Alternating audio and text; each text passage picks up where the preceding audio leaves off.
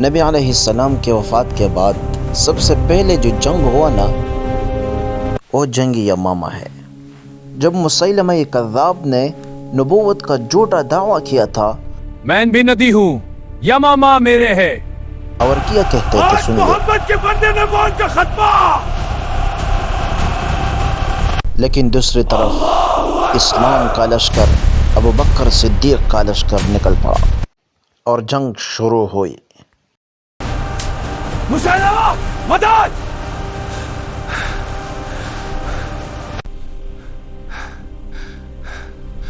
ابو بکر صدیق رضی اللہ عنہ نے فرمایا، جس کا مفہوم ہے کہ صبر اور ثابت قدمی اختیار کرو۔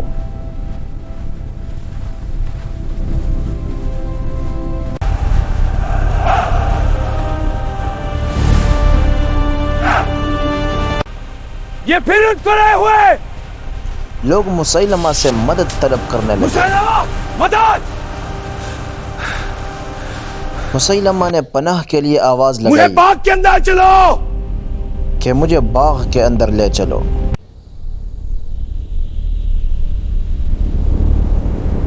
بس فیصلے ہی کا دن تھا اور ایمان والوں کے ساتھ اللہ کی مدد تھی۔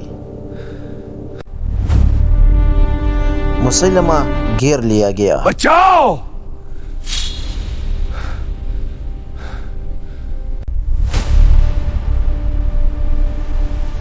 جب وہ گھیر لیا گیا نا، مسیلمہ نے ایک چیخ ماری اور مسیلمہ مارا گیا، اور مسیلمہ کا لشکر بھاگنے لگے، اور اسلام کو اللہ تعالی نے فتح عطا کی۔ قرآن کی حفاظت کے لیے جان دی۔ یہ دین ہمارے ساتھ امانت ہے، اس دین کی ہر طرح کی حفاظت کرنا ہے۔ شہیدوں کی لاشیں، روشن آسمان۔ تو یہ حق اور باطل کا جو جنگ ہوا نا، تو اللہ تعالی نے ایک بار پھر حق کو غالب کر دیا، اور اللہ کی مدد ایمان والوں کے ساتھ ہے۔ یہ جنگ یمامہ کا مختصر سی حال بیان کی گئی۔